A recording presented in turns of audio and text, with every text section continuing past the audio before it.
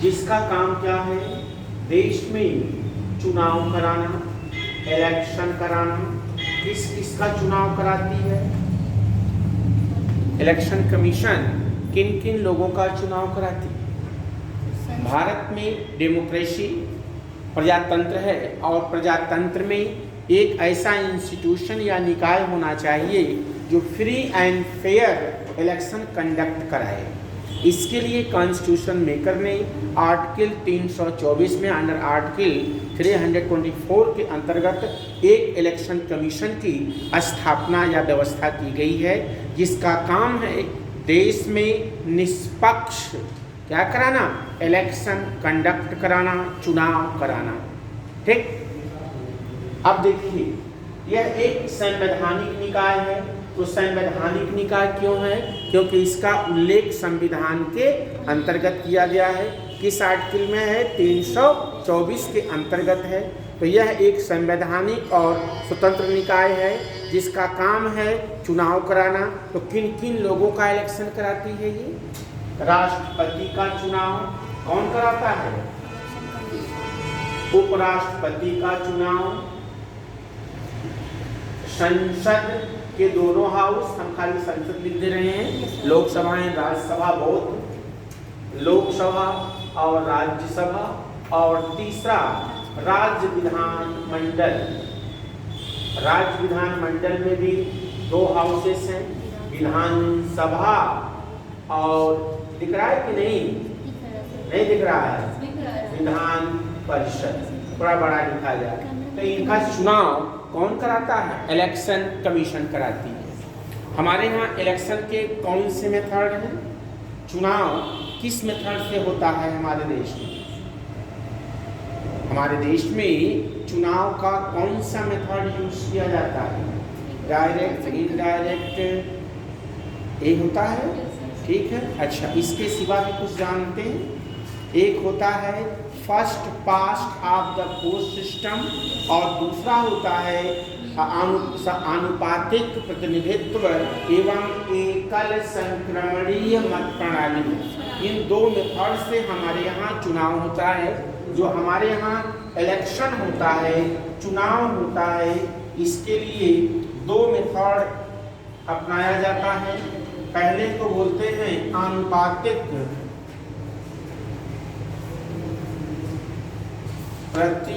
प्रतिनिधित्व एवं एकल संक्रमणीय मत प्रणाली।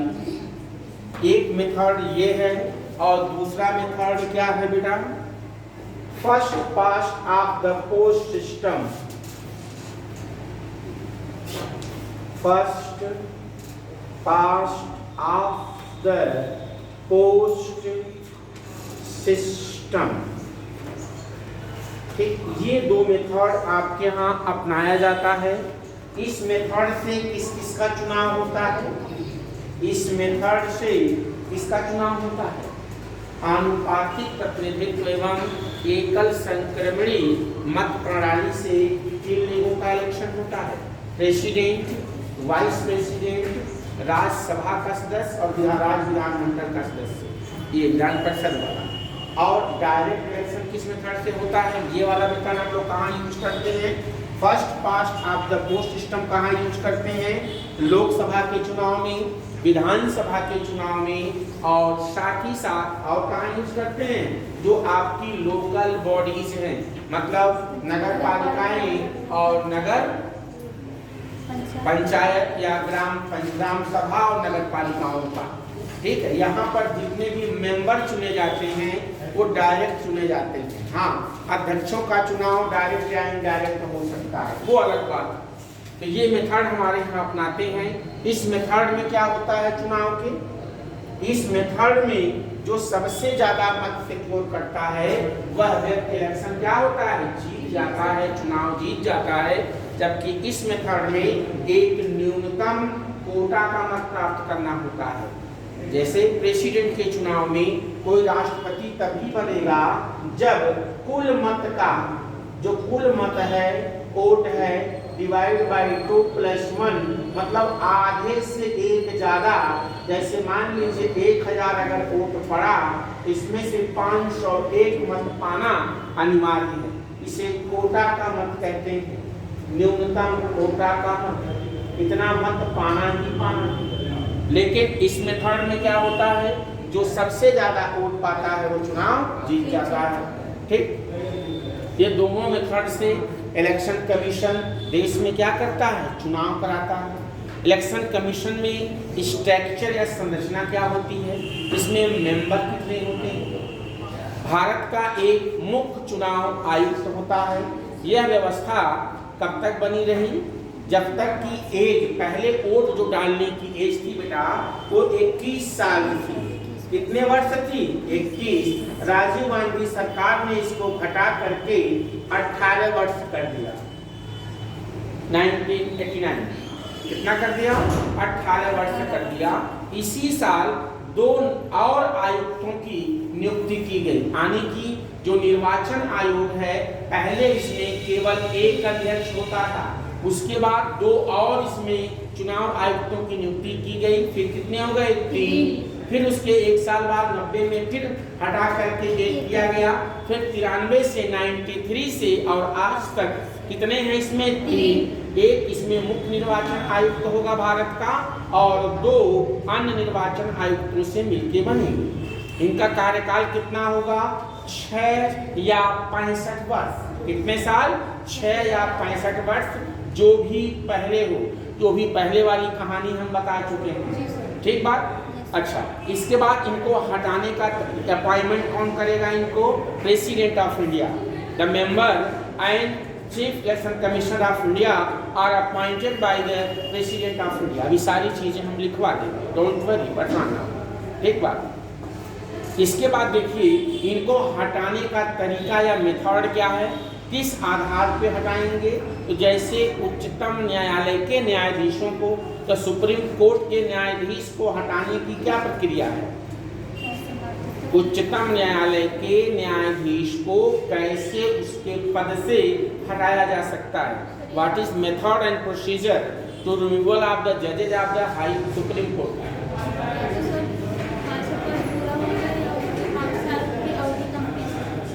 नहीं बेटा, कोई भी जज को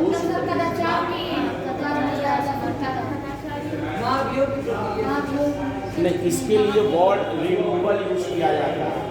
इम्पीचमेंट प्रक्रिया कॉन्स्टिट्यूशन में सिर्फ एक व्यक्ति के लिए प्रयोग किया जाता है, वह प्रेसिडेंट के लिए। बाकी सबके लिए हटाना या रिमूवल वर्ड यूज करते हैं। इनको रिमूव करने का तरीका क्या है, प्रूव्ड मिसबिहेवियर एंड इनकैपेसिटी, साबित कदाचार और अक्षमता के आधार पर। इसके लिए सुप्रीम कोर्ट के अध्यक्षता में सीजीआई भारत न्यायाधीश की अध्यक्षता में एक कमेटी बनती है, इसमें 3 जज होते हैं। वो क्या करेंगे, किसी आरोप की जांच करेंगे। अगर किसी भी जज के ऊपर एलिगेशन प्रूव होता है तो क्या होगा, तब वह लिख करके देंगे कि इनके ऊपर संसद में इनके रिमूवल की प्रक्रिया को स्टार्ट की जा सकती है। लेकिन जो की बात है, आज तक ना किसी जज को हटाया गया इस प्रक्रिया से और ना ही किसी इलेक्शन कमीशन। ठीक है, तो इनकी प्रक्रिया हटाने की वही है जो सुप्रीम कोर्ट के जज। ठीक, इतनी आप लिख लीजिएगा।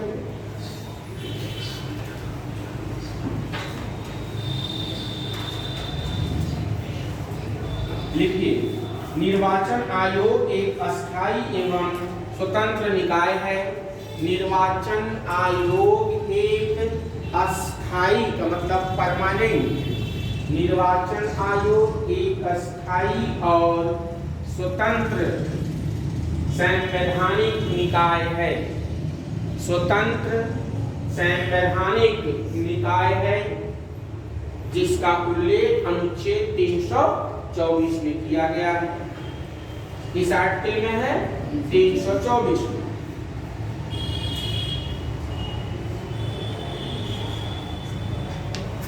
लिखिए, अनुच्छेद 324 के अनुसार, जिसका उल्लेख अनुच्छेद 324 में किया गया है।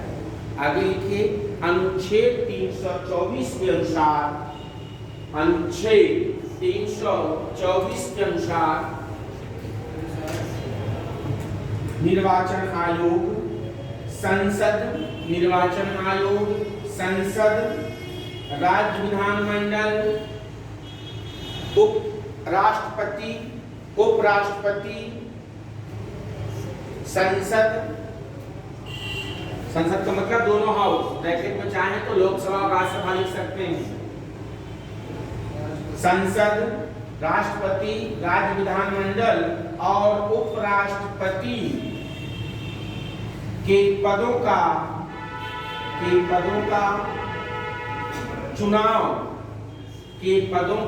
चुनाव के लिए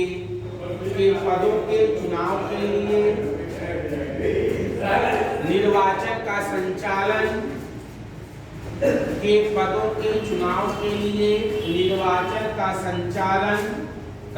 निर्देशन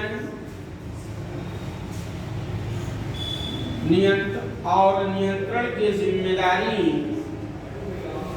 निर्वाचन के संचालन, निर्देशन और नियंत्रण की जिम्मेदारी चुनाव आयोग की होती है। की जिम्मेदारी चुनाव आयोग की होती है।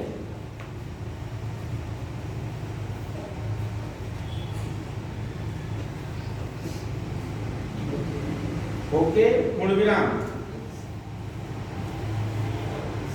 अच्छा, निर्वाचन आयोग एक अखिल भारतीय संस्था है। इसका मतलब क्या होता है? Election commission is all India institutions. इसका मतलब it is a common body for both centre and state. मतलब अखिल भारतीय संस्था वह संस्था होती है जो केंद्र और राज्य दोनों के लिए काम करे। जैसे ऑल इंडिया सिविल सर्विसेज, ठीक, आईएएस, भारतीय प्रशासनिक सेवा, आईएएस, आईपीएस और IFS, Indian foreign service, Indian police service और इंडियन एडमिनिस्ट्रेटिव सर्विस। ये क्या है बेटा कि ये तीनों ही क्या बोलते हैं इसको हम लोग? यह एक अखिल भारतीय सेवा है। इट मीन्स इसके जो अधिकारी होंगे वो राज्य में भी अपनी सेवा देंगे और केंद्र में भी देंगे। वही चीज इसमें है। तो निर्वाचन आयोग एक अखिल भारतीय संस्था है। इसका मतलब दोनों का, राज्य विधानमंडल का और संसद के दोनों का चुनाव कौन करवाती है? इलेक्शन कमीशन कराती है। लिख सकते हैं कि चुनाव आयोग एक अखिल भारतीय संस्था है क्योंकि यह राज्य विधानमंडल और संसद के निर्वाचन आयोग एक अखिल भारतीय संस्था है क्योंकि यह राज्य विधानमंडल और संसद दोनों का चुनाव संपन्न कराती है।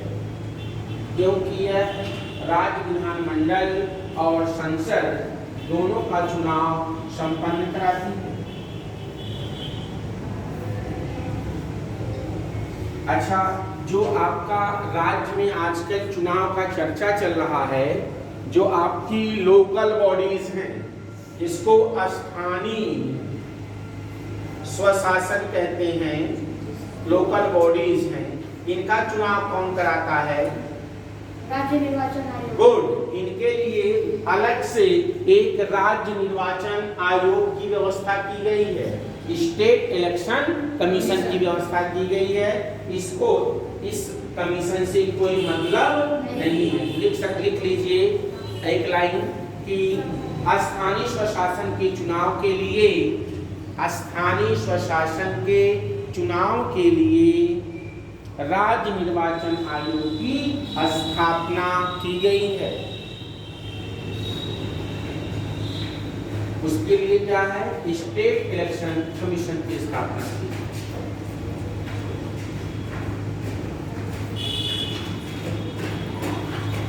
आगे लिखिए, चुनाव आयोग की संरचना।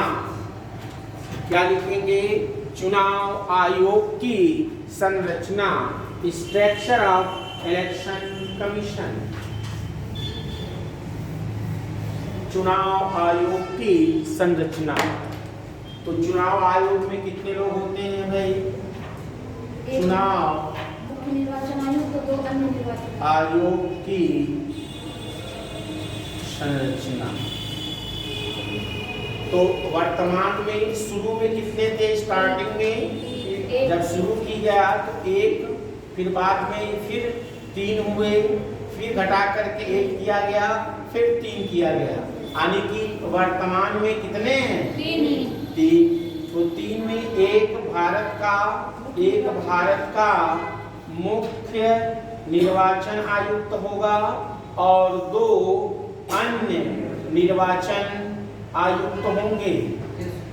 ठीक है भाई, ये तो चलिए लिखिए।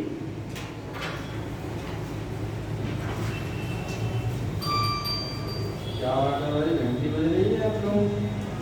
लिखिए अनुच्छेद 324 जय मत लिखो, हाईलाइट लिख लो। निर्वाचन आयोग में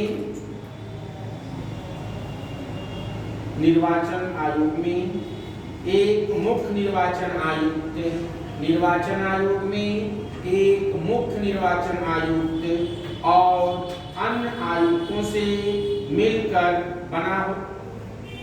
निर्वाचन आयोग एक मुख्य निर्वाचन आयुक्त और अन्य निर्वाचन आयुक्तों से मिलकर बनेगी।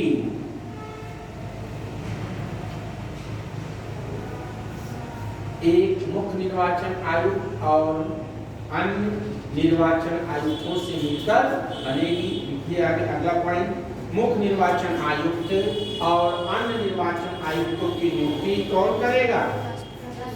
लिख लीजिए भाई, मुख्य निर्वाचन आयुक्त और अन्य निर्वाचन आयुक्तों की नियुक्ति राष्ट्रपति के द्वारा की जाएगी।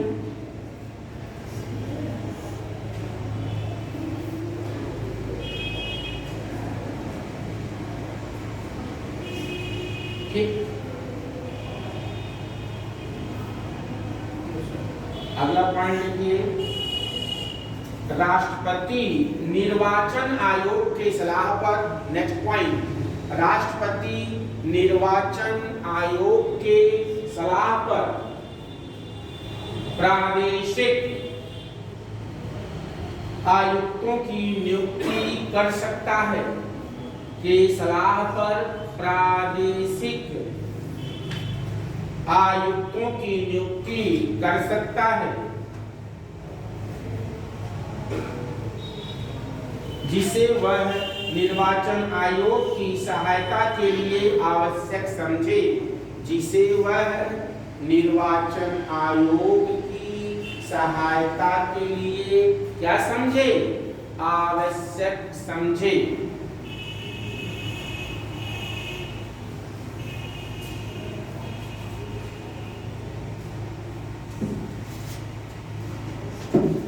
हो गया भाई? अब अगला पॉइंट लिखिए। हाँ, अच्छा, इनकी जो सेवा शर्तें और कार्यकाल कौन निर्धारित करता है?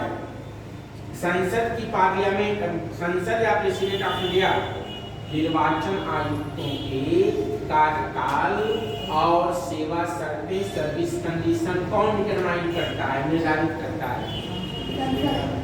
राष्ट्रपति। लिख लीजिए, निर्वाचन आयुक्तों और प्रादेशिक निर्वाचन आयुक्तों की सेवा शर्तें, निर्वाचन आयुक्त और प्रादेशिक निर्वाचन आयुक्तों की सेवा शर्तें,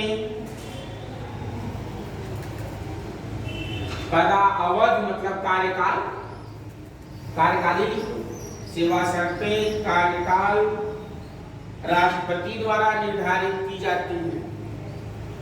कौन निर्धारित करेगा? President of India. चलो भाई, अगला पॉइंट लिखो। 1950 से, नेक्स्ट पैराग्राफ चेंज कर दीजिए, 1950 से 15 अक्टूबर 1989 तक, 1950 से 15 अक्टूबर 1989 तक निर्वाचन आयोग एक सदस्यीय निकाय था। 15 अक्टूबर 1989 तक निर्वाचन आयोग क्या था? एक सदस्यीय निकाय था, एक सदस्यीय, वन मेंबर बॉडी, एक सदस्यीय निकाय।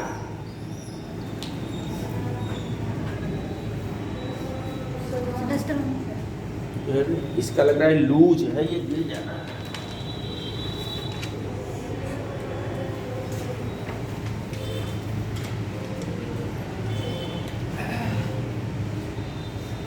ठीक, हाँ आगे लिखिए। 1989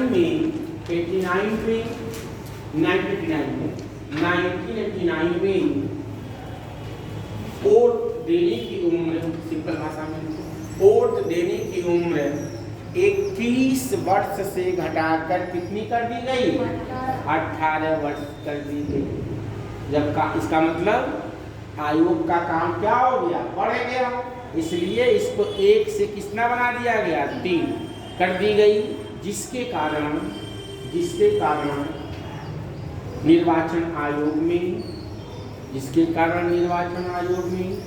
एक मुख्य निर्वाचन आयुक्त और 2 अन्य निर्वाचन आयुक्तों की नियुक्ति की गई, जिसके कारण निर्वाचन आयोग में एक मुख्य निर्वाचन आयुक्त और 2 अन्य निर्वाचन आयुक्तों की नियुक्ति की गई।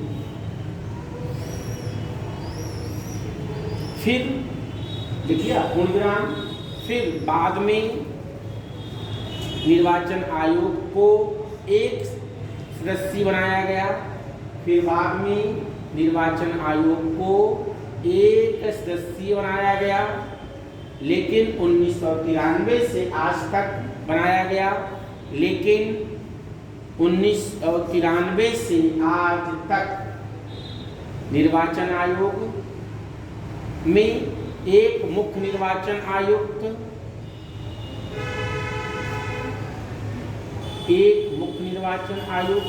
और 2 अन्य निर्वाचन आयुक्त होते हैं, लेकिन 1990 से आज तक टूडे निर्वाचन आयोग में एक मुख्य निर्वाचन आयुक्त और 2 अन्य निर्वाचन आयुक्त होते हैं।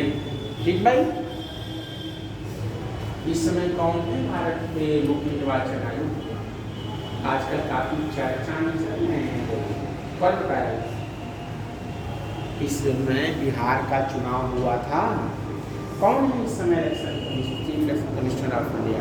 भारत के मुख्य निर्वाचन आयुक्त का नाम बताइए।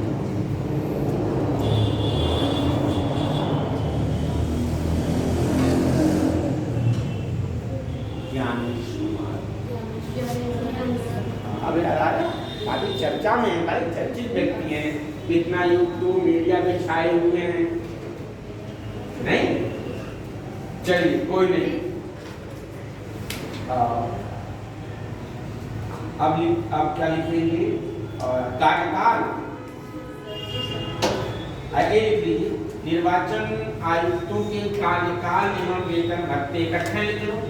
निर्वाचन आयुक्तों के कार्यकाल एवं वेतन भत्ते 2 बार लिखा है, क्यों?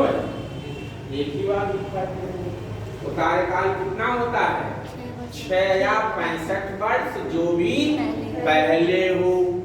क्या लिखेंगे?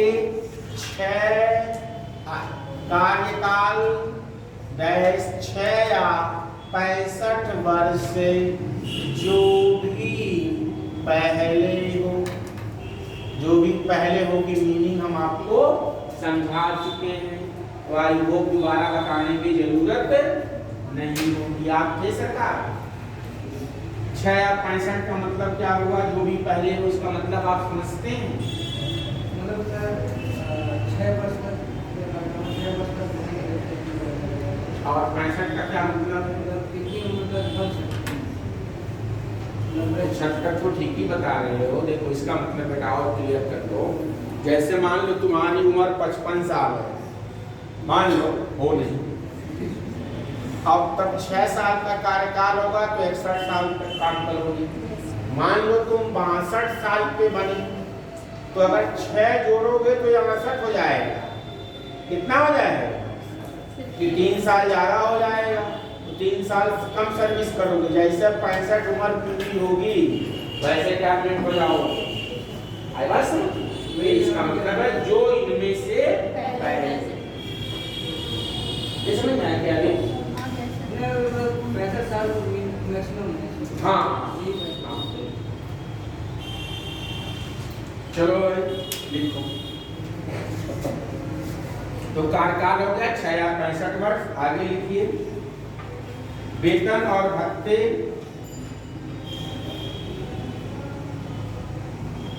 कहाँ से मिलेगा? बोलो भारत की संचित निधि से। हाँ, वेतन और भत्ते भारत की संचित निधि से। अच्छा एक बात बताओ, जो इसमें ये हो गया ना, ये आगे जैसे इसमें 3 लोग हैं, एक भारत का मुख्य निर्वाचन आयुक्त और 2 अन्य आयुक्त, तो क्या इनके शक्तियां बराबर होती हैं? यस बिल्कुल, इनके पावर एंड फंक्शन सभी सेम होते हैं और जो भी निर्णय लिए जाते हैं वो बहुमत से लिए जाते हैं। लिख लीजिए एक लाइन, सभी सदस्यों की कार्य और शक्तियां समान होती हैं और निर्णय और वेतन भत्ते भी समान होते हैं। सभी आयुक्तों के वेतन भत्ते और शक्तियां समान होती हैं और निर्णय बहुमत से लिए जाते हैं। निर्णय बहुमत से लिए जाते हैं। अभी नहीं कि जो भारत का मुख्य निर्वाचन आयुक्त चाहे वही होगा, ऐसा नहीं होगा। उसके साथ उनके एक मेंबर का और सपोर्ट होना जरूरी है। मतलब 2 लोग एक तरफ, 1 लोग एक तरफ। नहीं कर पा समझे? अब चाहे कि भारत का मुख्य निर्वाचन आयुक्त कोई निर्णय अकेले ले लेगा, ऐसा नहीं है। बहुमत का मतलब 3 लोगों में किसी मुद्दे पर 2 लोगों का मत एक हो और एक का मत अलग हो सकता है। ठीक है, अगर एक व्यक्ति का एक मत है तो कभी निर्णय नहीं होगा। ठीक, चलो आगे लिखो।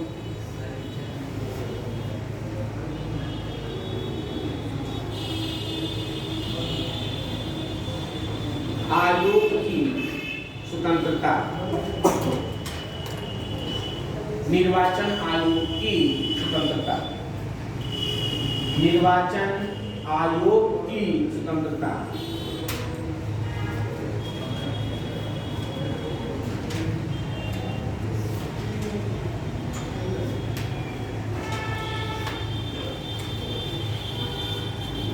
अच्छा, स्वतंत्रता का मतलब क्या होता है कि जैसे इनकी नियुक्ति का जो कार्यकाल है 6 या 65 निश्चित है, पहला। इनका कार्यकाल निश्चित है। दूसरा, इनको हटाने का तरीका वही है जो उच्चतम न्यायालय के न्यायाधीश का है। तो पहला पॉइंट लिखिए, मुख्य निर्वाचन आयुक्त को हटाने का आधार और प्रक्रिया वही है जो उच्चतम न्यायालय के न्यायाधीश का है। मुख्य निर्वाचन आयुक्त को हटाने की प्रक्रिया और आधार वही है, प्रक्रिया और आधार वही है जो उच्चतम न्यायालय के न्यायाधीश का है, न्यायाधीशों का है। अच्छा, जो प्रादेशिक निर्वाचन आयुक्त हैं और 2 अन्य निर्वाचन आयुक्त हैं, उनको कैसे हटाया जा सकता है? हमने तो मुख्य निर्वाचन आयुक्त की बात की, 2 और हैं, इनको कैसे हटाओगे? नहीं, इनके लिए प्रक्रिया अलग है। जो अदर 2 अन्य आयुक्त होंगे और प्रादेशिक निर्वाचन आयुक्त होते हैं, उसको मुख्य निर्वाचन आयुक्त की सिफारिश पर राष्ट्रपति अन्य निर्वाचन आयुक्त पढ़ाइए। अन्य निर्वाचन आयुक्त और प्रादेशिक निर्वाचन आयुक्तों को अन्य निर्वाचन आयुक्त और प्रादेशिक निर्वाचन आयुक्तों को मुख्य निर्वाचन आयुक्त की सिफारिश पर राष्ट्रपति के द्वारा हटाया जा सकता है। प्रादेशिक निर्वाचन आयुक्तों को भारत के मुख्य निर्वाचन आयुक्त के सलाह पर राष्ट्रपति के द्वारा हटाया जा सकता है। इसका मतलब ये हुआ जो दो अदर इलेक्शन कमिश्नर हैं उनको हटाने की वह प्रक्रिया नहीं है जो सुप्रीम कोर्ट के जज। क्लियर? ठीक। दूसरा पॉइंट लिखिए, नियुक्ति के पश्चात इनके वेतन भत्तों में अलाभकारी परिवर्तन नहीं किए जाएंगे। नियुक्ति के पश्चात इनके वेतन और भत्तों में अलाभकारी परिवर्तन नहीं किए जाएंगे। इसका मतलब क्या हुआ कि इनके वेतन को घटाया नहीं जा सकता, बढ़ाया भले जा सकता।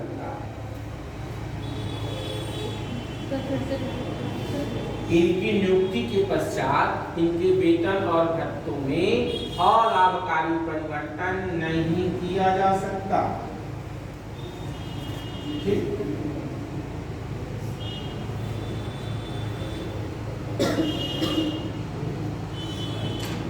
अच्छा, एक वर्ड आता है प्रसाद पर्यंत। समझते हैं कि जब तक प्रसादी मिलती रहे जब तक अच्छा रहे। तो जो भारत का मुख्य निर्वाचन आयुक्त है यह है राष्ट्रपति के प्रसाद पर्यंत अपना पद धारण नहीं करता है कि जब मर्जी हो हटा दे। क्यों? इसका कार्यकाल निश्चित है और इसको उसी रीति से हटाया जाएगा जैसे सुप्रीम कोर्ट के जज। है बात समझ में? क्लियर?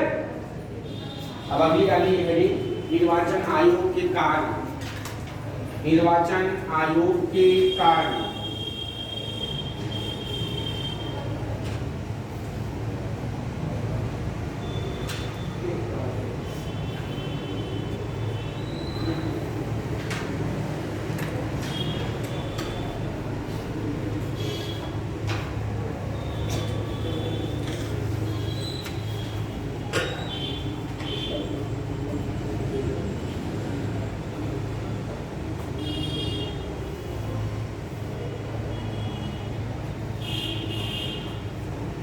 चलिए बताइए इलेक्शन कमीशन का काम क्या होता है?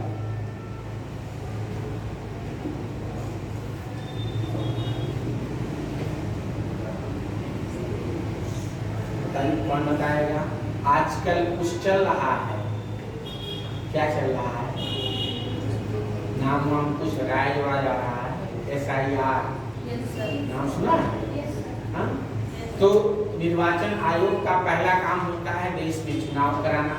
चुनाव कराने के लिए पूरी मशीनरी सेटअप करना, आने की मतदाता सूची तैयार करना, उम्मीदवारों का नामांकन पत्र के लिए नॉमिनेशन के लिए अधिकारी नियुक्त करना, चुनाव के बाद उसका रिजल्ट घोषित करना। ये काम किसका है? निर्वाचन आयोग का है। हाँ, आते हैं अभी। अगला काम होता है परिसीमन करना। परिसीमन का मतलब क्या होता है? इंग्लिश बोलते हैं डिलिमिटेशन कमीशन। अभी बात करते हैं इसका क्या होता है। और क्या काम होता है इनका? अगर कहीं पर बूथ कैप्चरिंग हो जाए तो चुनाव को रद्द करना और दोबारा चुनाव कंडक्ट कराना। देखिए, चुनाव तिथियों की घोषणा करना। हालांकि चुनाव की घोषणा कौन करता है? प्रेसिडेंट। लेकिन चुनाव की तिथि कब होगी, किस दिन चुनाव होगा, कैसे होगा, ये कौन डिसाइड करता है? प्रेसिडेंट ऑफ इंडिया नहीं, निर्वाचन आयोग। उसके बाद राजनीतिक दलों को मान्यता देना। कौन सी पार्टी राजनीतिक दल क्षेत्रीय स्तर की है, कौन सी राष्ट्रीय स्तर की है, उसके लिए कुछ क्राइटेरिया होता है कि इतना % वोट पाइए, इतनी सीट पाइए, आपको नेशनल पार्टी का दर्जा मिलेगा, इतना पाएंगे तो राष्ट्रीय पार्टी का दर्जा मिलेगा। जैसे नेशनल पार्टी होने के लिए 4 राज्यों में आपको राज्य पार्टी का दर्जा मिला। जैसे आप झाड़ूवादी पार्टी है, वह 4 राज्यों में क्या है? क्षेत्रीय पार्टी है। जैसे आपकी समाजवादी पार्टी नेशनल पार्टी नहीं है, क्योंकि इसके विधायक खाली यूपी में है, अगल बगल होंगे तो होंगे, बाकी नहीं है। या नेशनल पार्टी होने के लिए टोटल जो सीट है लोकसभा की उसमें 2% पाए, लेकिन ये एक राज्य से नहीं होना चाहिए, 4 अलग अलग राज्यों से, 2-3 अलग राज्यों से होना चाहिए। अगर सभा तो पाई है लगभग 36 सीट, लेकिन एक ही राज्य से पाई है, इसलिए है राष्ट्रीय पार्टी नहीं होगी। तो हर एक चीज के लिए क्राइटेरिया फिक्स है। कि कौन सी पार्टी राष्ट्रीय होगी, कौन सी पार्टी क्षेत्रीय होगी। तो राजनीतिक दलों को मान्यता देना, उनको चुनाव चिन्ह आमंत्रित करना, या जब कोई एक राजनीतिक दल आपस में लड़ जाए, जैसे मान लीजिए ये भी कोई पार्टी अपना या तुम्हारा है, इनके मेंबर हैं, घर वाले हैं, भाई बहन हैं, सब मिलकर झगड़ा हो गया, सपा में झगड़ा हुआ था मुलायम सिंह के समय, तो अखिलेश यादव अलग, चाचा अलग, भतीजा अलग और चाचा अलग। तो अखिलेश भैया कहें साइकिल हमको चाहिए, चाचा कहें साइकिल हमको चाहिए, चुनाव चिन्ह हमको चाहिए। तो लास्ट में क्या हुआ, इलेक्शन कमीशन ने क्या किया, किसके तरफ दिया, अखिलेश यादव को। ये डिसाइड कौन करेगा, इलेक्शन कमीशन। अगर किसी भी राजनीतिक दल को दो पार्ट में होता है तो किसका चुनाव सैंपल कौन रहेगा, ये कौन डिसाइड करेगा, ठीक बात। राजनीतिक दलों को क्या देना, रेडियो पर या टीवी पर समय देना 1 मिनट 2 मिनट, जिससे वह अपना प्रचार प्रसार कर सके। ये किसका काम है, चुनाव आयोग का। वोटरों का मतदाता सूची तैयार करना, जो योग्य मतदाता हैं उनका नाम दर्ज करना, जो मर गए हों या फर्जी हों उनका नाम काटना, ये किसका काम है, चुनाव आयोग का। ठीक, तो इसका और क्या काम है, जैसे मान लीजिए आपने चुनाव लड़ा और अपना पता, मतलब वो अपने बारे में जो इन्फॉर्मेशन दिया, मैं इतनी पढ़ी लिखी हूँ या इतना पढ़ा लिखा हूँ, मेरी इतनी प्रॉपर्टी है, मेरी ये डिग्री है, वगैरह वगैरह, इतनी चल संपत्ति है, इतनी अचल संपत्ति है। अगर कोई उम्मीदवार अपना डेट ऑफ बर्थ या क्वालिफिकेशन या कोई भी झूठा इन्फॉर्मेशन देता है तो इलेक्शन कमीशन अपने ये रिपोर्ट पर प्रेसिडेंट ऑफ इंडिया उसकी मेंबरशिप क्या ले लेते हैं, वापस ले लेते हैं, मतलब छीन लेते हैं। ये भी काम किसका है, इलेक्शन कमीशन। ठीक, बात समझ में आ गया। इसको फटाफट लिखना, क्योंकि अब अगला टॉपिक भी स्टार्ट करना। आप नहीं जाते, yes sir, no sir, yes sir, no sir, लिखिए।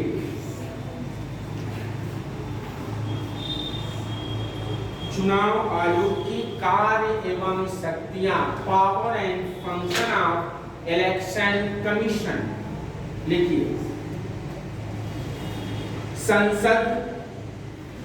संसद कामा राज्य विधानमंडल, राष्ट्रपति और उपराष्ट्रपति के पदों के संसद, राज्य विधानमंडल, राष्ट्रपति और उपराष्ट्रपति के पदों के निर्वाचन के संदर्भ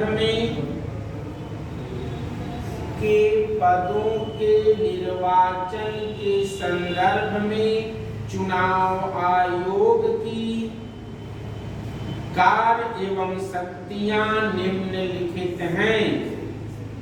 पदों के निर्वाचन के संदर्भ में चुनाव आयोग की कार्य एवं शक्तियां निम्नलिखित हैं।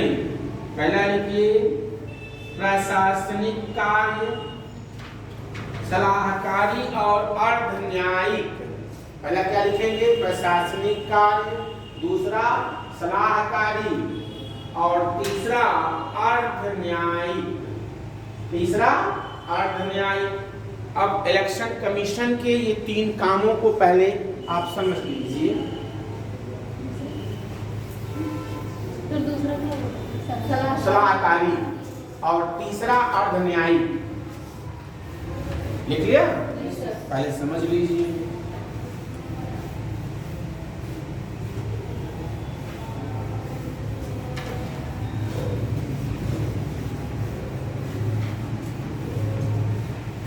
तुरंत लिखिए, मिटा दीजिए तो मिट जाता है ना, और जब ये सूख जाता है तब बदमाशी करता है, मिटता नहीं।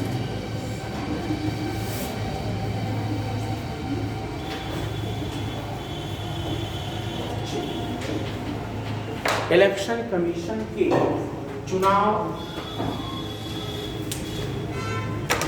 क्या चर्चा चल रहा है, एग्जाम कब से हैं आप लोगों के, तो फिर संख्या क्यों कम हो गई?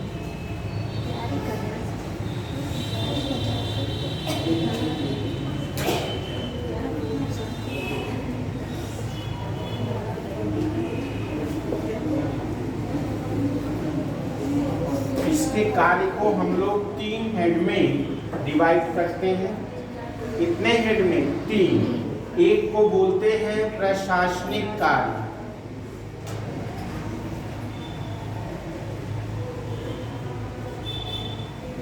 दूसरे को सलाहकारी और तीसरा अर्ध न्यायिक। ये 3 काम, इसको एक एक एग्जाम्पल से हम लोग समझेंगे। प्रशासनिक कार्य में क्या आता है?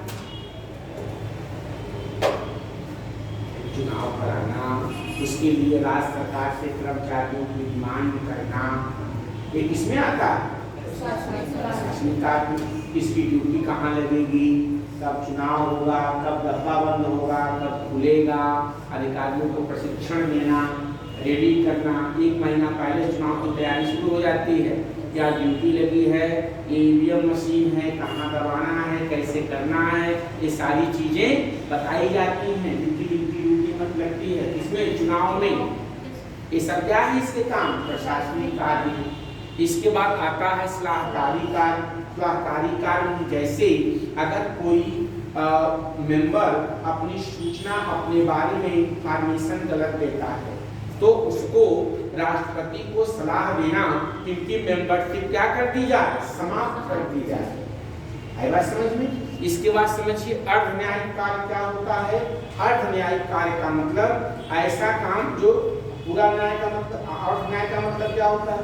क्वासी जुडिशियल फंक्शन का मतलब ये होता है कि अगर कहीं चुनाव होता है तो अगर चुनाव पे बूथ कैंसिलिंग हो जाए, गलत वोटिंग पड़ जाए, ईवीएम ना चले, मतलब कोई समस्या इलेक्शन से रिलेटेड आ जाए तो इलेक्शन कमीशन चुनाव को क्या कर देता है? रद्द कर देता है। तो एक तरह से वो न्यायपालिका की तरह काम करता है।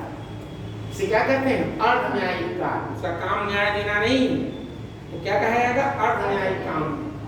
ठीक, ये तीनों एक से एक एग्जाम्पल है कि न्यायिक कार्य का मतलब क्या है, प्रशासनिक कार्य का मतलब क्या है और अर्ध न्यायिक कार्य का क्या मतलब है।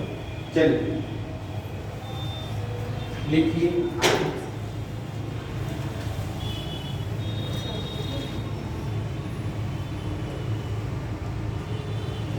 पहला लिखिए, संसद के परिसीमन आयोग अधिनियम के आधार पर, संसद के परिसीमन आयोग अधिनियम के आधार पर समस्त भारत के लिए, संसद के परिसीमन आयोग अधिनियम के आधार पर समस्त भारत के निर्वाचन क्षेत्रों के भूभाग का निर्धारण करना,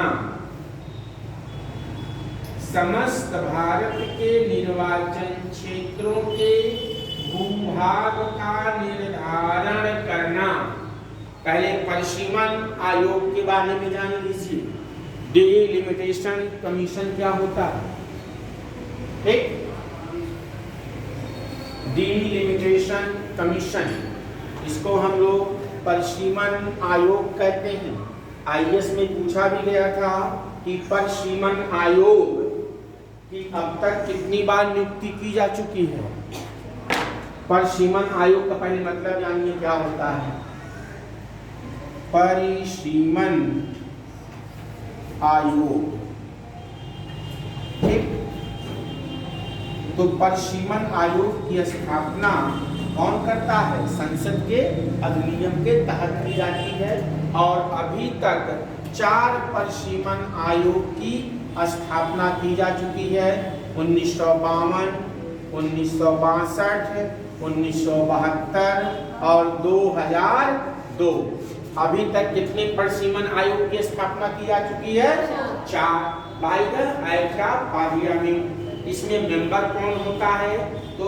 तो इसके जो मेंबर होते हैं वह एक आपका सुप्रीम कोर्ट का जज रहेगा, मुख्य हो या वर्किंग हो, कोई भी हो, और दूसरा आपका इलेक्शन कमिश्नर होगा, भारत का मुख्य निर्वाचन आयुक्त होगा, और जिस राज्य में चुनाव कराया जाए, डिलिमिटेशन कराया जाएगा, उस राज्य का प्रादेशिक, ठीक है, या राज्य निर्वाचन आयुक्त जो होगा वो उसका मेंबर होगा।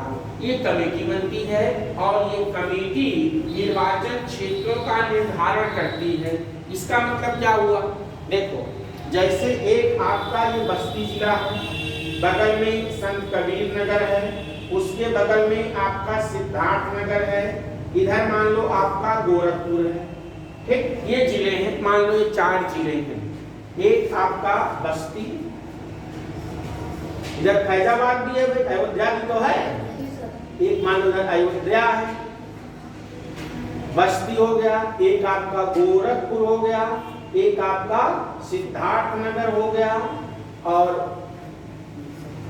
नहीं संत कबीर नगर है। चलो कोई संत कबीर नगर मान लो, कोई संत कबीर नगर मान लो, ये मान लो इसके आसपास के जिले में बैठ गए। अब जैसे जब जनसंख्या, अभी जनगणना होगी, सेंसस होगा, जनगणना होगा, तो जनगणना के बाद मान लीजिए बस्ती की पॉपुलेशन हो गई 40 लाख, सिद्धार्थ नगर की मान लीजिए हो गया 30 लाख, संत कबीर नगर का मान लीजिए हो गया 45 लाख, गोरखपुर की मान लो 50, संत कबीर नगर की मान लो 42, अयोध्या आजकल काफी तेज प्रोग्रेस कर रहा है, इसका मान लो 52 हो गया, काफी लोग जमीन खरीद रहे हैं, जनसंख्या बढ़ रही है। तो देखो अलग अलग जिलों की जनसंख्या क्या हो गई, अलग अलग, लेकिन नियम ये है जहां तक संभव हो सभी निर्वाचन क्षेत्रों के जो वोटर हो उनकी संख्या क्या हो, बराबर। ठीक, अब क्या करेगी? अब जैसे इसकी जनसंख्या है 50, तो इसमें से कुछ गांव काट करके, अगर 30 है, इसमें से कुछ गांव इधर, इसमें से कुछ गांव इधर, इसमें से कुछ गांव इधर, यानी बाउंड्री को घटा बढ़ा दिया जाएगा, रीएडजस्ट कर दिया जाएगा। जैसे यूपी में आपकी 80 सीटें हैं, कितनी सीटें हैं? 80। मान लीजिए यहाँ जनसंख्या हो गई 20 करोड़, तो 20 सभी तो वोट करेंगे नहीं, कुछ बच्चे भी होंगे, 20 करोड़ है जनसंख्या, हो सकता है 25 करोड़ बढ़ गया हो। अगर मान लो 20 करोड़ वोटर हैं तो 80 से डिवाइड कर देंगे, तो एक निर्वाचन क्षेत्र की संख्या मिल जाएगी। एक निर्वाचन क्षेत्र में हमें कितने मतदाता को रखना है, उसी हिसाब से करेंगे। क्या, जो जिले की बाउंड्री है, जिले की बाउंड्री का मतलब निर्वाचन क्षेत्र की बाउंड्री, जिला नहीं बदलेगा, जिला जो है वही रहेगा जितने गांव हैं, निर्वाचन क्षेत्र की जो सीमा होगी उसको घटा बढ़ा देंगे। जैसे आप लोग कहते हो मेरा तो पहले गांव इस यहाँ वोट डालते थे, अब बदल करके इस गांव में चला गया, या कुछ गांव कट करके इसमें से उसमें जुड़ गए, उसमें से उसमें जुड़ गए। तो ये क्या होता है, यह परिसीमन आयोग काम करता है, इसलिए कि सभी निर्वाचन क्षेत्रों में संख्या क्या हो, वोटरों की बराबर। इसीलिए क्या बनाया जाता है, परिसीमन आयोग। नियम है कि प्रत्येक जनगणना के बाद, आफ्टर एवरी सेंसस के बाद, सभी प्रदेश, पूरे जितने आपके देश में कितने हैं, 543 निर्वाचन क्षेत्र हैं, इन सबों को क्या किया, इनकी बाउंड्री को क्या किया जाए, एडजस्ट किया जाए। ठीक, इसके लिए परिसीमन आयोग काम करता है। दूसरी चीज, जो परिसीमन आयोग ने निर्णय दे दिया उसके खिलाफ किसी भी न्यायालय में कोई चैलेंज नहीं किया जा सकता कि हमारा गांव आना चाहिए था बस्ती में लेकिन चला गया अयोध्या वाले में, या मेरा गांव संत कबीर नगर में आना चाहिए था, चला गया गोरखपुर में। इस आधार पर कोई भी व्यक्ति चैलेंज नहीं कर सकता। दूसरी चीज, अगर किसी कौन सी सीट एससी होगी, कौन सी सीट एसटी होगी, अब तो महिलाओं के लिए भी 33% है। अब उत्तर प्रदेश की 80 सीटें हैं, कितनी सीटें हैं, 80, इसका 35% यानी कि 1/3, लगभग 26-27 सीट जो भी बने, 26-27 जो भी बने, 25 या 75 और 1.5-27 सीट लगभग बनेगी। तो अब उत्तर प्रदेश की 27 सीटों में से बस्ती महिला होगा कि संत कबीर नगर होगा कि गोरखपुर होगा कि अयोध्या होगा, ये कौन डिसाइड करेगा, परिसीमन आयोग डिसाइड करेगा कि कौन सी सीट महिला होगी, कौन सी एससी होगी, कौन सी एसटी होगी। इसे डिसाइड बाय परिसीमन आयोग। इसके खिलाफ कोई भी क्लेम किसी भी न्यायालय में नहीं किया जा सकता। बात समझ में आए परिसीमन आयोग के बारे में? यही काम होता। तो परिसीमन आयोग के हिसाब से चुनाव क्षेत्रों को क्या करना, निर्धारित करना उसी नियम पे। अगला पॉइंट लिखिए, इसके बारे में कभी जानते थे कि नहीं? नहीं, कोई बात।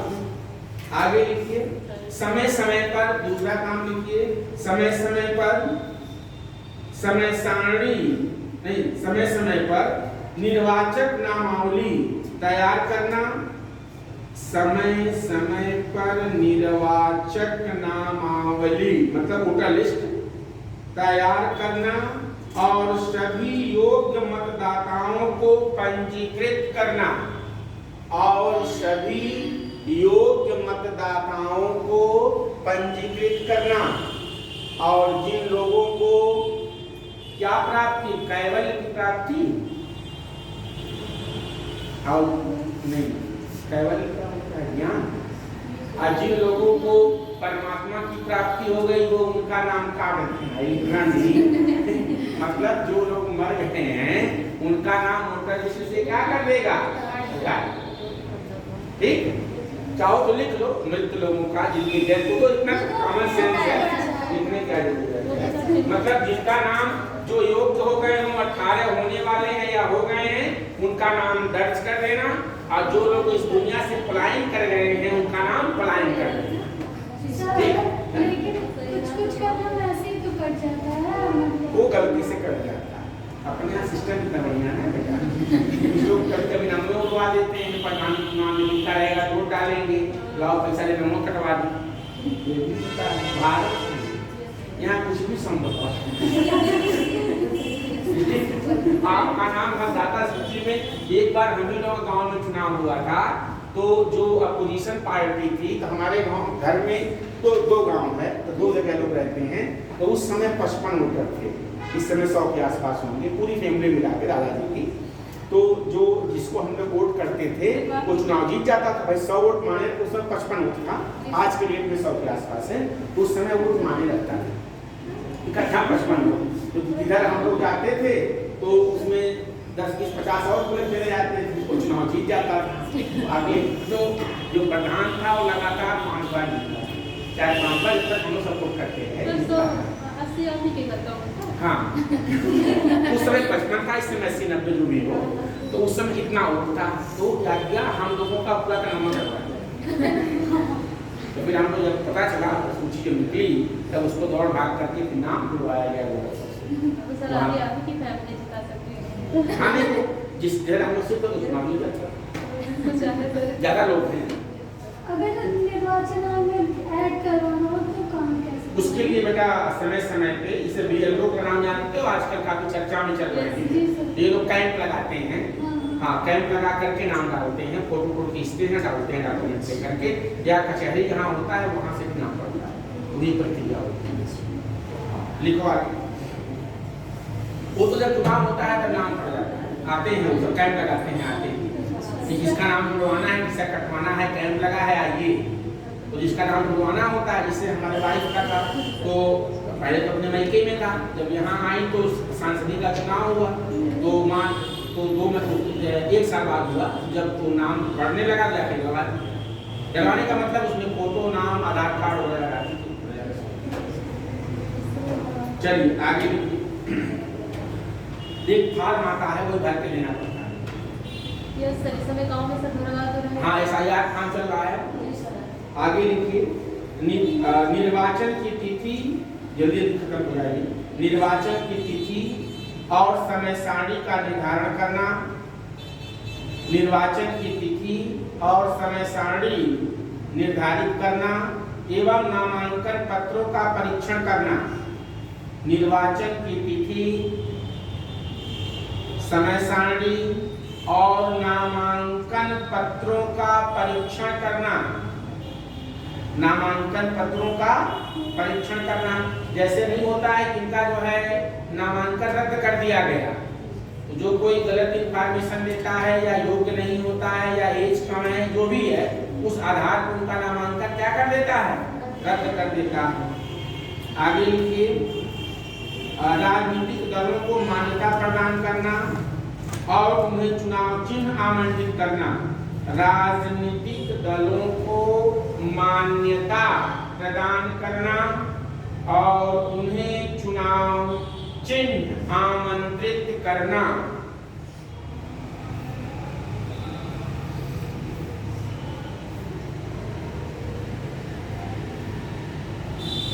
ठीक, राजनीतिक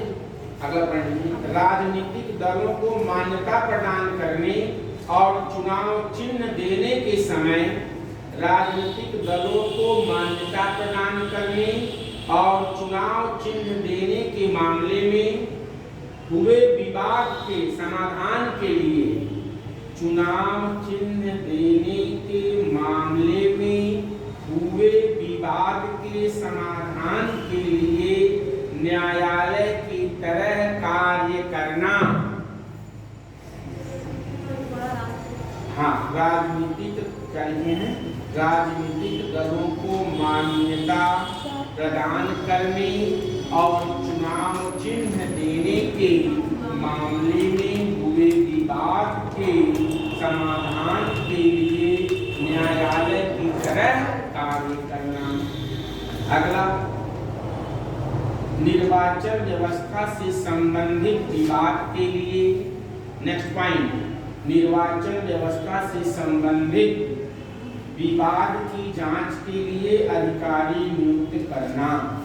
निर्वाचन व्यवस्था से संबंधित विवाद की जांच के लिए अधिकारी नियुक्त करना।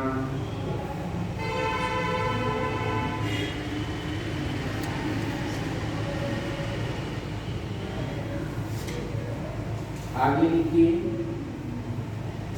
मतदान केंद्रों पर हिंसा, लूटपाट, कभी-कभी पेटी ले भाग जाते थे, अक्सर पेटी खत्म हो गया, अभी भी मशीन लेके भाग। मतदान केंद्रों पर लूटपाट, हिंसा और अन्य अनियमितताओं के आधार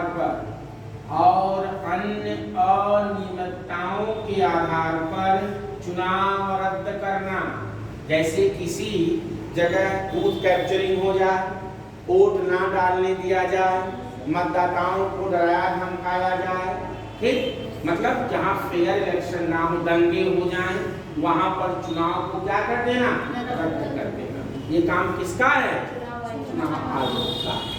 और जब लोग भाषण देते हैं, आप देखे होंगे, स्पीच देते हैं, तो उसके लिए क्या निर्धारित, चुनाव आचार संहिता का निर्धारण करना, यानी कि उम्मीदवारों के लिए, अगला पॉइंट क्या लिखेंगे, उम्मीदवारों के लिए चुनाव आचार संहिता का निर्धारण करना।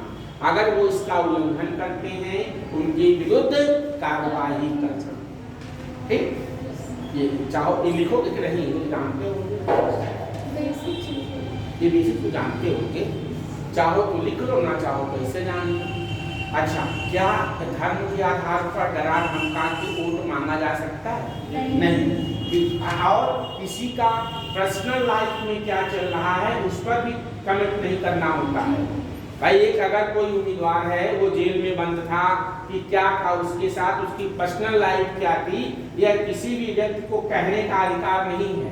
अगर वह कुछ गलत करेगा तो न्यायपालिका उसे पनिश करेगी, लेकिन उसके व्यक्तिगत लाइफ में किसी भी व्यक्ति को इंटरफेयर या उसमें घुसने की जरूरत नहीं है। उसके इज्जत को नीलाम करिए या उछालिए चुनाव में अपने राजनीतिक फायदे के लिए।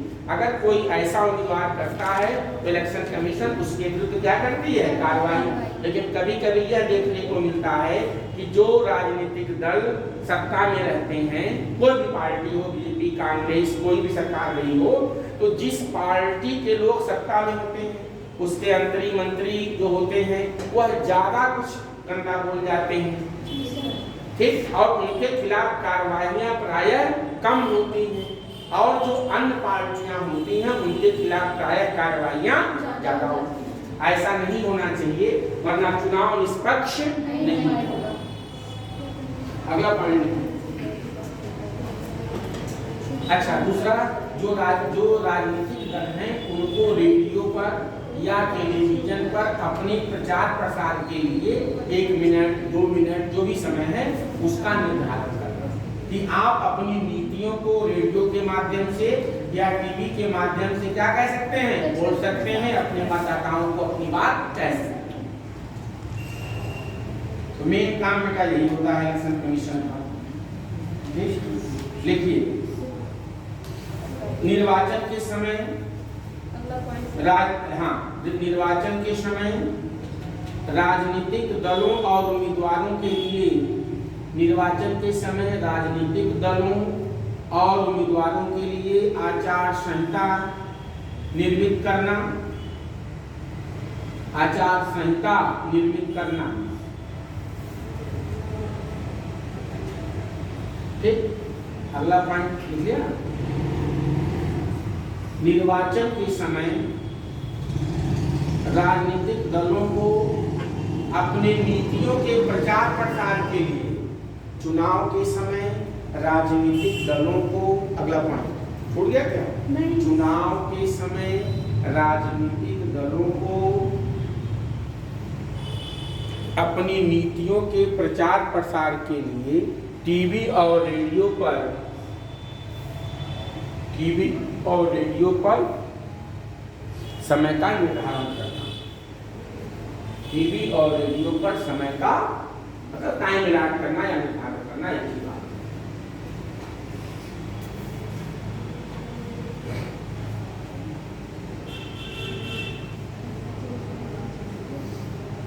सर लेकिन जो प्राइवेट चैनल्स होते हैं न्यूज वाले, उस पे आके ये लोग मतलब बहुत टाइम तक, अरे वो तो बोलते रहे, हम तो अपना टीआरपी बढ़ाते हैं चैनल वाले। अरे रेडियो की हम बात करें, जो सरकार वाला है उसकी हम बात कर रहे हैं। ठीक, ये सरकारी वाले। ठीक, बाकी एक दो काम छोटे मोटे हैं वो हमने समझा दिया है, समझ लेंगे, कोई ऐसा इश्यू नहीं है।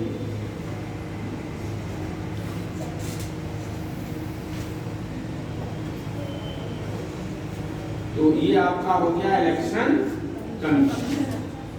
अब हम जो बात करेंगे संघ लोक सेवा आयोग की। ठीक है बेटा, 2 4 5 और काम है, उसको हम कहेंगे तो पीडीएफ भेज देंगे।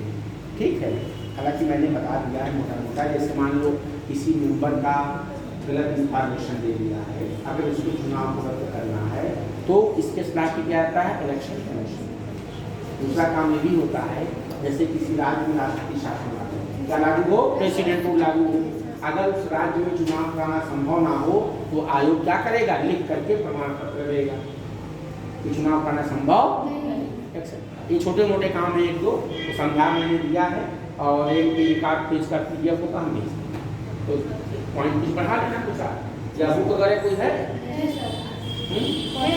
तो देखो इसमें सब दिया हुआ है, एक लाइन से सारा दिया हुआ है, एक बार पढ़ लेना, कुछ पॉइंट होगा इसमें आओगे। अब लिखिए यूनियन पब्लिक सर्विस कमीशन, संघ लोक सेवा आयोग, कॉन्स्टिट्यूशनल बॉडी में यह है ना संघ लोक सेवा आयोग। इसके बाद बचेगा SC ST OBC कमीशन, फिर कॉन्स्टिट्यूशनल बॉडी क्या हो जाएगी, समाप्त।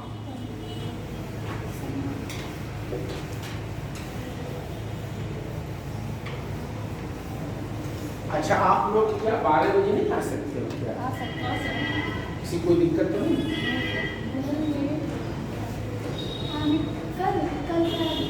कल 12 बजे 12 बजे आ सकते हो, थोड़ा पहले आ सकते हैं। तो हम सोच रहे हैं एक ही दिन नॉन कॉन्स्टिट्यूशनल बॉडी सब खत्म कर दें। कल कितने बजे आओ? आई है तुम 4 बजे काम में 4:30 बजे रात में। चलो अपने टाइमिंग पर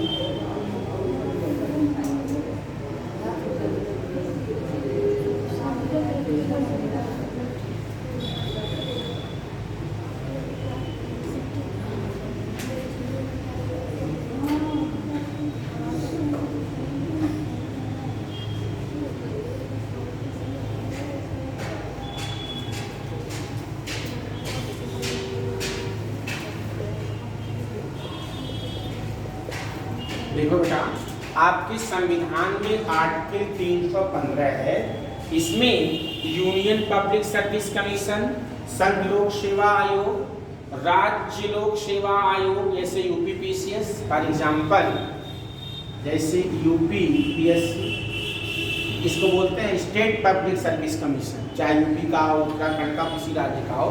और एक होता है संयुक्त लोक सेवा आयोग, कि अगर 2 या 2 से अधिक राज्य केंद्र सरकार से आग्रह करें तो संसद एक कंबाइंड पब्लिक सर्विस कमीशन 2 राज्यों के लिए गठित कर सकती है। ठीक, हालांकि प्रत्येक राज्यों का अपना खुद का लोक सेवा आयोग, तो इसी आर्टिकल सबका एक ही है। 315 के अंतर्गत ही संघ लोक सेवा आयोग, राज्य लोक सेवा आयोग और संयुक्त लोक सेवा आयोग की स्थापना की जाएगी। ठीक, इसका फंक्शन क्या है, काम क्या है? पब्लिक सर्विस कमीशन क्या करती है? सर अपने कर्मचारियों की नियुक्ति करती है। अरे वो छोड़ो, कर्मचारियों की नियुक्ति करती है, जहाँ पे उनकी नियुक्ति करती है। इसका काम क्या है? यूपीएससी का या पीसीएस, अरे इसके लिए आप तैयारी कर रहे हो, इसका विज्ञापन निकालना, इसका एग्जाम कराना, इंटरव्यू कराना, उसके बाद लिस्ट जारी करके सरकार को, कार्यवाही को हैंड ओवर कर देना। तो इसका मुख्य काम क्या है? परीक्षा कंडक्ट करा करके वो योग्य उम्मीदवारों का चयन करके लिस्ट किसको हैंड ओवर करना? सरकार को हैंड ओवर कर देना। यह मेन काम यूपीएससी का या स्टेट पीसीएस का या संयुक्त लोक सेवा आयोग का है।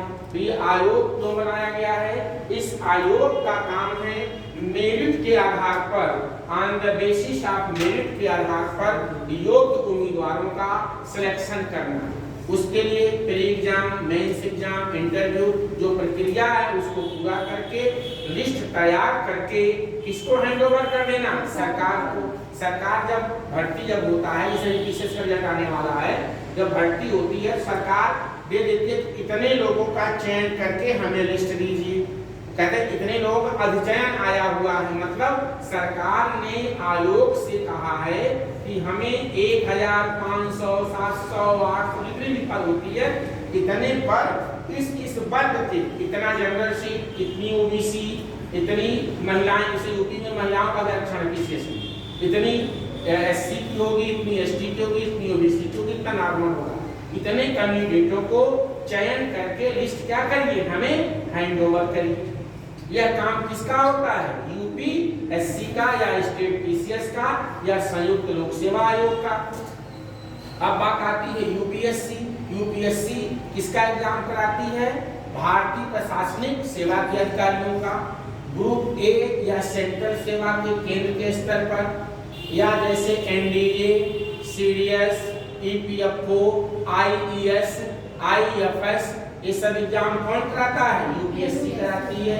स्टेट लेवल पे आ जाइए, जो राज्य के स्तर की सेवाएं हैं, जैसे एसडीएम की, डीवाईएसपी की, बीएसए की या आरटीओ, नगर आयुक्त, बीडीओ, नायब तहसीलदार, और इनकी भर्ती कौन करता है? स्टेट पब्लिक सर्विस कमीशन करती है। ठीक, तो इनके लिए आयोगों का क्या किया गया है? गठन किया गया है। इनका सबका काम क्या है? योग्य कैंडिडेटों का सिलेक्शन करके लिस्ट को सरकार को सौंप देना। ठीक, इनका किसमें रोल नहीं होता है कि कितनी सीट एससी होगी, कितनी एसटी होगी, आरक्षण कौन सा होगा, सरकार डिसाइड करेगी। बस खाली उनको ये लिस्ट आई है, इतने इतने वर्गों के लोगों को मेरिट के आधार पर क्या करिए? भर्ती करके हमें लिस्ट दे दीजिए। ये काम किसका होता है? Public service commission. लिखिए, नोट करिए। संघ लोक सेवा आयोग, संघ लोक सेवा आयोग, संघ लोक सेवा आयोग एक केंद्रीय, किस अनुच्छेद में है भाई? भाग किसमें है? 14 में है। 14 को कैसे लिखोगे? ऐसे ना। और अनुच्छेद कहाँ से है? 315 से 323 तक। इसको भी ध्यान रखिए, कभी कभी भाग वगैरह भी पूछ लेता है आयोग, नोट करिए डियर। देखिए, संघ लोक सेवा आयोग भारत सरकार का केंद्रीय भर्ती संस्था है। भारत सरकार का एक केंद्रीय भर्ती अधिकरण या संस्था है। अधिकरण या संस्था है। ये कॉन्स्टिट्यूशनल बॉडी है या नॉन कॉन्स्टिट्यूशनल बॉडी है? कॉन्स्टिट्यूशनल बॉडी है। लिख लीजिए आगे, यह एक संवैधानिक निकाय है। यह एक संवैधानिक निकाय है जिसका उल्लेख संविधान के भाग 14 के, यह एक संवैधानिक निकाय है जिसका उल्लेख संविधान के भाग 14 के अनुच्छेद कहां से कहां तक है बेटा? 315 से 323 तक दिया गया है। 300 क्या लिखा गया? 315 से 323 तक किया गया। इसमें संघ लोक सेवा आयोग के स्वतंत्रता, शक्तियां और कार्यों का उल्लेख किया गया है। इसमें संघ लोक सेवा आयोग की स्वतंत्रता, शक्तियां और कार्यों का उल्लेख किया गया है।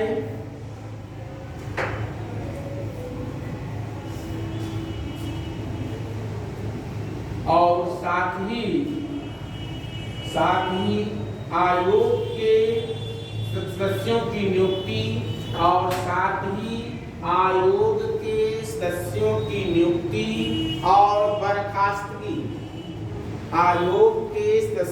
नियुक्ति और उनकी बर्खास्तगी का वर्णन किया गया है। और आयोग के सदस्यों की नियुक्ति और उनके बर्खास्तगी का वर्णन किया गया है।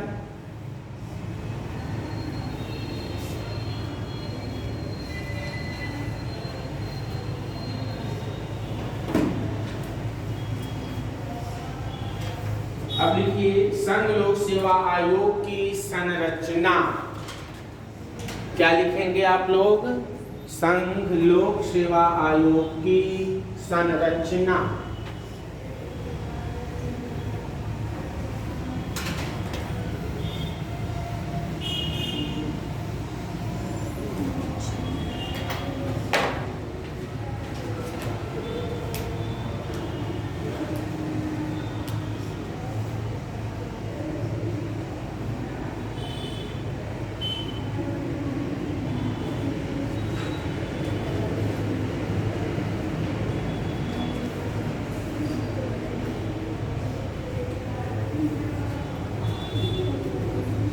इसमें कौन कौन मेंबर होता है भाई? इसका एक अध्यक्ष होगा। यूपीएससी का क्या होगा? एक अध्यक्ष और अन्य सदस्यों से मिलकर के बनेगी। कितने सदस्य होंगे? 2 होंगे, 4 होंगे, 6 होंगे, 8 होंगे। समय समय राष्ट्रपति क्या करेंगे? डिसाइड करेंगे। लेकिन मेंबर की संख्या घटाने बढ़ाने का काम जैसे जरूरत पड़ती है उसी हिसाब से कम या ज्यादा किए जा सकते हैं। ठीक, इनका क्वालिफिकेशन क्या होगा? क्या हो गया साहब, आप तो बड़े लेट आए। हुजूर आपके बहुत इलेक्शन कमीशन तो निपट गया नहीं? चलिए लिखिए, संघ यूपीएससी पढ़ रहे हैं हम लोग, जिसकी आप तैयारी कर रहे हो, संघ लोक सेवा आयोग, उसकी हम लोग संरचना के बारे में बात कर रहे हैं। संरचना का मतलब इसमें कितने मेंबर होंगे। देखिए, संघ लोक सेवा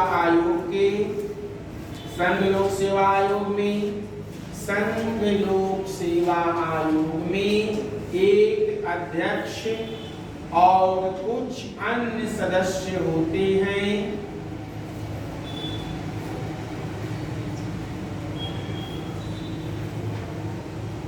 लिखिए, संघ लोक सेवा आयोग में एक अध्यक्ष और कुछ अन्य सदस्य होते हैं जो कौन करता है नियुक्ति? जो राष्ट्रपति के द्वारा नियुक्त किए जाते हैं। जो राष्ट्रपति के द्वारा नियुक्त किए जाते हैं। ठीक, इनकी संख्या कितनी होगी ये किसके ऊपर छोड़ दिया गया है? राष्ट्रपति के ऊपर। लिख लीजिए, संविधान में मेंबर या सदस्यों की संख्या का निर्धारण नहीं किया गया है। संविधान में सदस्यों का निर्धारण नहीं किया गया है, यह राष्ट्रपति के ऊपर छोड़ दिया गया है। कितने होंगे कितने नहीं होंगे ये कौन बताएगा? राष्ट्रपति। यह राष्ट्रपति के ऊपर छोड़ दिया गया। ठीक, समांतर अगर पढ़ेंगे, समांतर आयोग में 9 से 11 सदस्य होते हैं। समांतर आयोग में 9 से 11 क्या होते हैं? सदस्य होते हैं। अगला पॉइंट, अच्छा इसमें कोई योग्यता रखी गई है मेंबर बनने की या अध्यक्ष बनने की? What is their qualification to become the member of a Union Public Service Commission? Graduation होना चाहिए।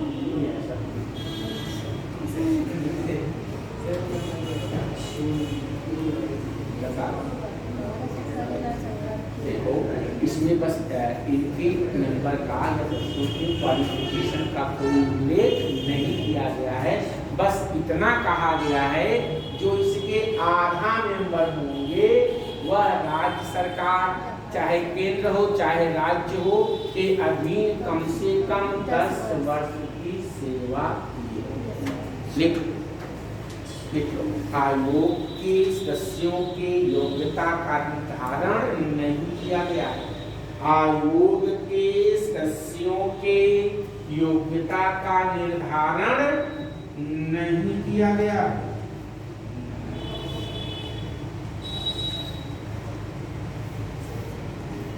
लेकिन यह आवश्यक है कि आधे सदस्य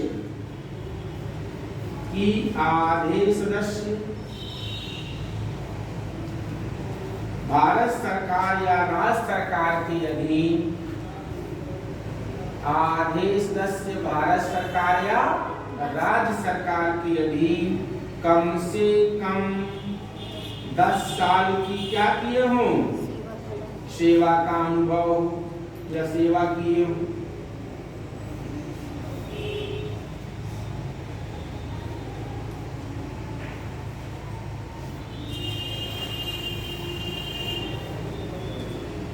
लिख ली।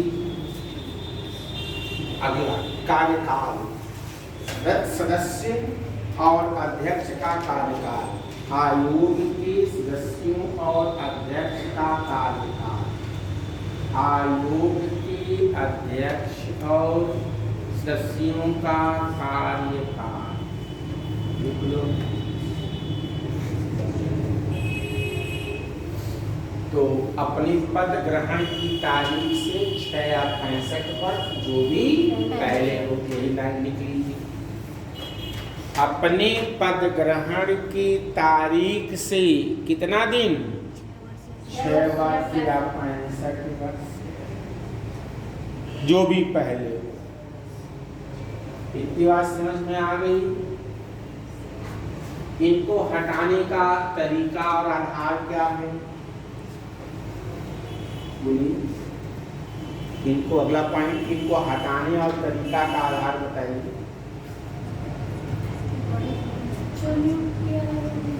नहीं, वो तो नियम है, जो नियुक्त करेगा वही हटाएगा, तो हम भी जानते हैं उसके ऊपर कार्यकाल।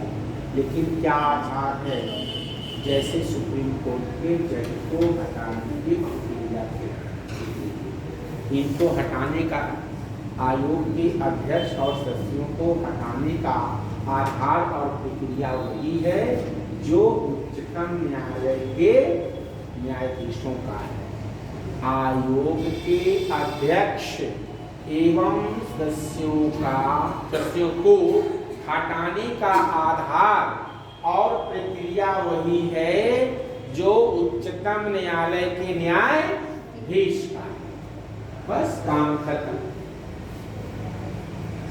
इनके वेतन और भत्ते कहाँ से आएंगे? भारत की संचित निधि से आएंगे। नियुक्ति के बाद कोई अलाभकारी परिवर्तन नहीं किया जाएगा, ये भी लिख डालो। आयोग के अध्यक्ष और सदस्यों के वेतन और भत्ते भारत की संचित निधि से।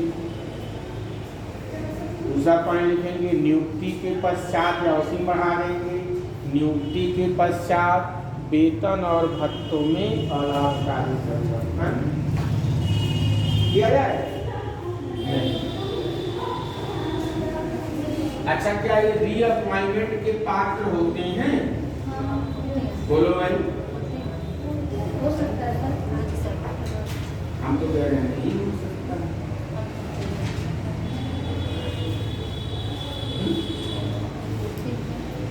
बोलो। देखो, अगर कोई अध्यक्ष मेंबर है तो दोबारा मेंबर नहीं बन सकता, अध्यक्ष बन सकता है। समझ गए? एक मेंबर दोबारा मेंबर नहीं बनेगा लेकिन अध्यक्ष बन सकता है। या किसी अगर मेंबर रिटायरमेंट है, उसका एज है, तो किसी राज्य लोक सेवा आयोग का अध्यक्ष बन सकता है, लेकिन और किसी सेवा या सर्विस के अधीन रीअपॉइंटमेंट के लिए योग्य नहीं है। बस तो राज्य सरकार या केंद्र सरकार के अधीन नियुक्ति का पात्र नहीं होगा, लेकिन आयोग के सदस्य आयोग का अध्यक्ष बन सकते हैं या राज्य लोक सेवा आयोग का अध्यक्ष बन सकते हैं। ठीक बात, लिखो। हाँ, भूल जाओ, लिख लो। आयोग के सदस्य पुनर्नियुक्ति के, आयोग के सदस्य पुनर्नियुक्ति के पात्र राज्य सरकार या केंद्र सरकार की सेवा के अधीन नहीं होते। आयोग के अध्यक्ष और सदस्य राज्य सरकार या केंद्र सरकार की सेवा के अधीन दोबारा नियुक्ति के पात्र नहीं होते। पुनर्नियुक्ति और दोबारा, लेकिन आयोग का सदस्य, लेकिन आयोग का सदस्य दोबारा अध्यक्ष या किसी राज्य लोक सेवा का अध्यक्ष हो सकता है और बाहर नहीं करेगा। उसी में अध्यक्ष बनना है तो बन जाएगा, या राज्य लोक सेवा आयोग का अध्यक्ष बन सकता है, लेकिन और किसी सर्विस के लिए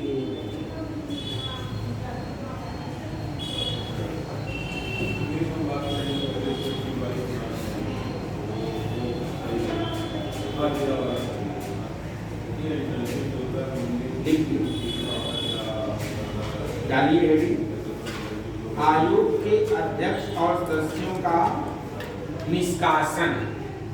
डालिए, आयोग के अध्यक्ष और सदस्यों का निष्कासन।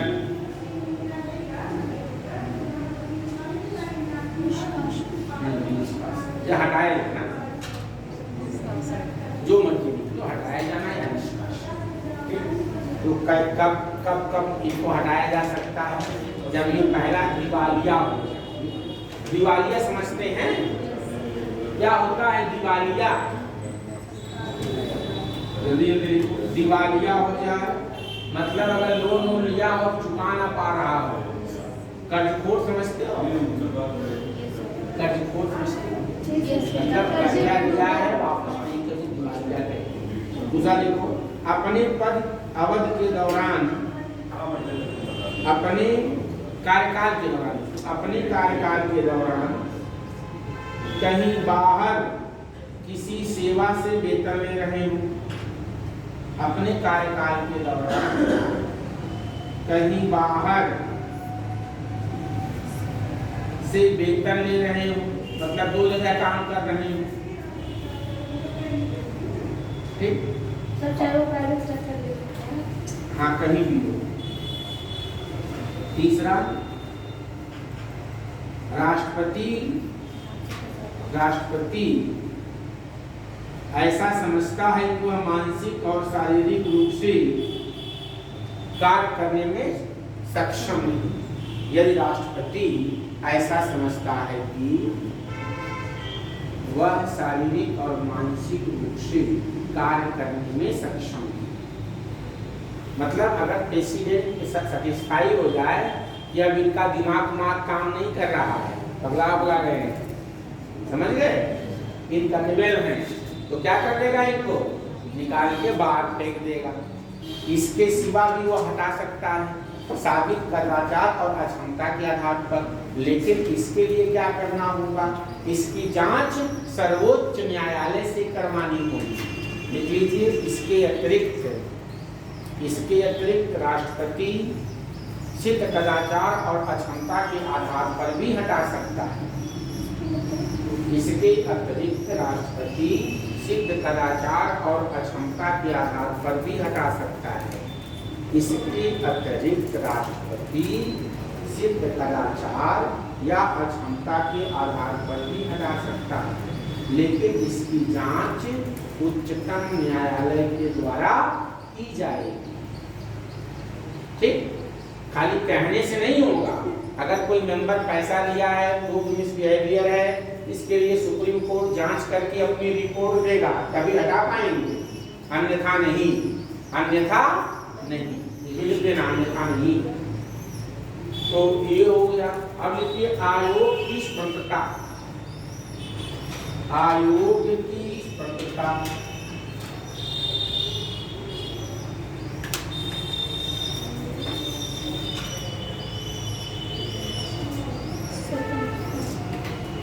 देखो संविधान में आयोग, संघ लोक सेवा आयोग चल जाएगी ना। अगला पॉइंट लिखना है, संघ लोक सेवा आयोग की स्वतंत्रता, freedom of union public service commission. संविधान में संघ लोक सेवा आयोग को निष्पक्ष और स्वतंत्र कार्य करने के लिए, संविधान ने लोक सेवा आयोग को निष्पक्ष और स्वतंत्र कार्य करने के लिए निम्नलिखित प्रावधान किए हैं। क्या प्रावधान किया है भाई, कि आयोग निष्पक्ष होकर के काम करे,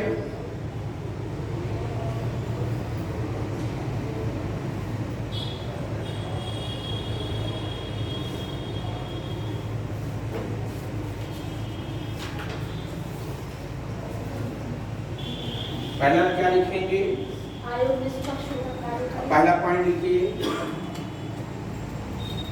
आप समझिए पहला पॉइंट कि इसके मेंबर या अध्यक्ष को यह राष्ट्रपति के प्रसाद पर्यंत काम नहीं करते, यानी कि इनका कार्यकाल क्या होता है, 6 या 65 वर्ष निश्चित होता है। इनको हटाने की प्रक्रिया वही है जो संविधान में वर्णित है, यानी किसी भी आयोग के अध्यक्ष और मेंबर को उसी आधार और उसी रीत से हटाया जाएगा जैसे सर्वोच्च न्यायालय के न्यायाधीश को।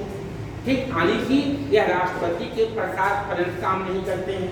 दूसरी चीज, इनके वेतन और भत्ते और पेंशन भारत की संचित रीत पर बाधित होते हैं।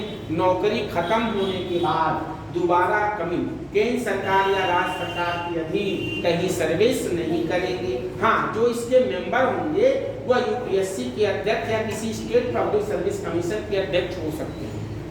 ठीक, और अपॉइंटमेंट के बाद अलाभकारी परिवर्तन नहीं किए जाएंगे। तो अगर किसी भी व्यक्ति का वेतन फिक्स हो, उसको कोई हटा ना पाए और आगे नौकरी करनी ना हो, तो आप निष्पक्ष होकर के काम करेंगे। संविधान में ऐसा व्यवस्था क्यों कर रखा है कि एक यूपीएससी का मेंबर या अध्यक्ष निष्पक्ष होकर के काम करे। ना तो उसे वेतन का चिंता हो कि वेतन आएगा कि नहीं आएगा, सरकार घटा देगी या हमें निकाल देगी। अगर निकालेगी तो उसकी प्रक्रिया से भी निकाला जाएगा, अन्यथा नहीं, सिर्फ कहने से नहीं कुछ होगा। ठीक, तो ये इसके आयोग को क्या बनाता है, एक फ्री यानी कि एक तरह से फ्री होकर के, निष्पक्ष होकर के, स्वतंत्र होकर के काम करने के लिए सक्षम बनाता है। अगर आपको कोई निकाल ना पाए, आपका कोई वेतन कम ना कर पाए और आपको आगे कोई सर्विस करनी ना हो, किसी के बाप से लड़ोगे? क्यों लड़ोगे भाई?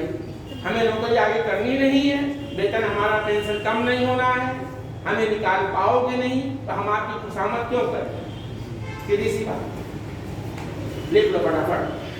इसके बाद 5 मिनट ब्रेक ले लो, फिर उसके बाद जनता देखिए। संघ लोक सेवा आयोग के अध्यक्ष और सदस्यों को, संघ लोक सेवा आयोग के अध्यक्ष एवं सदस्यों को राष्ट्रपति उसी रीति से हटा सकते हैं जैसा संविधान में वर्णन किया गया है।